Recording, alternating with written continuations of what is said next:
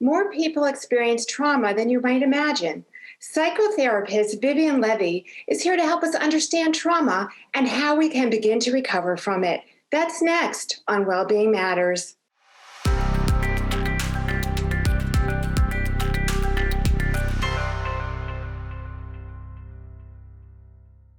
MCPS colleagues, thank you for tuning in. Today's topic is trauma, how you can help others or even yourself if you've experienced it. Vivian, thank you so much for being here today. Thank you for inviting me. So, what is trauma? Trauma is exposure to extreme stress. It's something extreme and sudden that happens in life.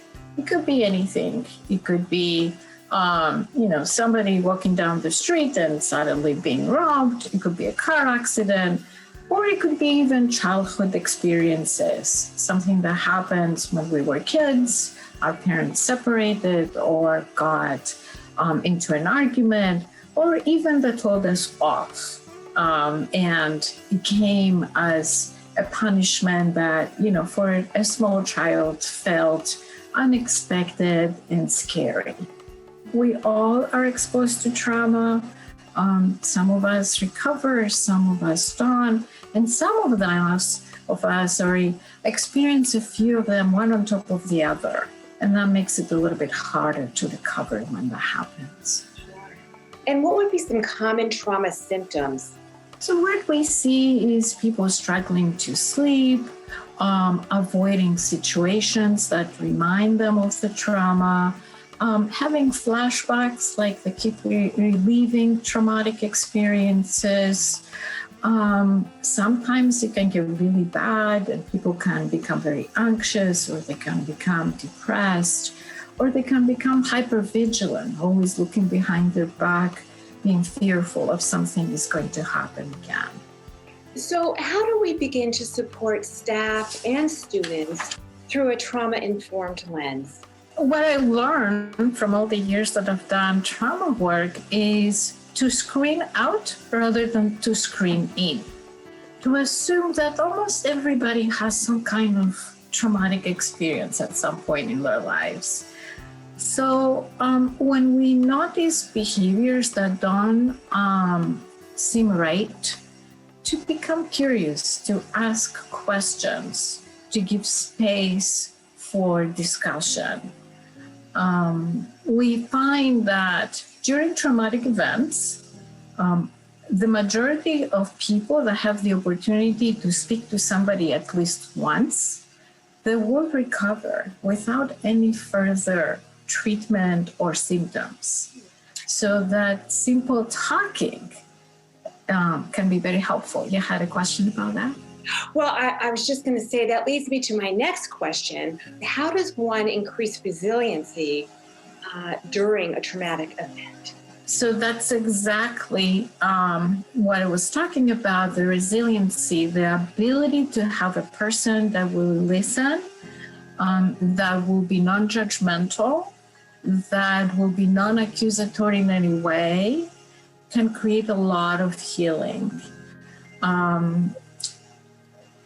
The community, the ability to be with people, the ability to connect and talk and feel okay can help the brain normalize again.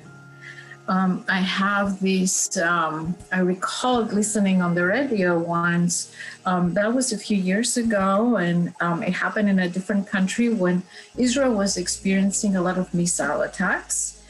And there was this school at the borders that they're trying to figure out how to help the kids during the sirens, when the sirens will go off.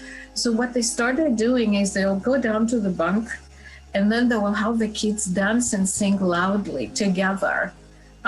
So they would not hear what was happening, and they will refocus and they will be connected. So holding hands and singing together. And they found that those kids had no trauma responses, even though there was a frequent exposure to trauma. So connection, community, spirituality, people who are helpful and they're willing to listen can be very healing. Thank you. And how does someone recognize when perhaps it's time to seek professional help? Usually when we notice symptoms that don't go away and they start interfering with our everyday lives. Somebody, for example, who notices that it's not a once in a while nightmare, but they wake in the middle of the night every night now, and they can't kind of wake up in the morning to go to work or go to school. That's kind of a sign that something is not right, that the brain is not healing, automatically. We need to do something more about it. When we're noticing we're avoiding things, like I mentioned, the person who had the car accident, who now doesn't want to drive and find excuses to be driven to places, that's a sign that we need to get help. Does that make sense? Yeah. It certainly does, and the examples you provided, are very helpful.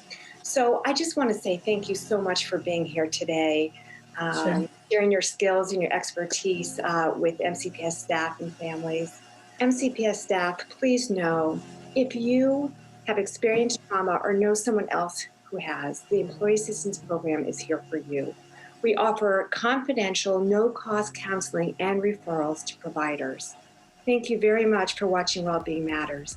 And be well, everyone.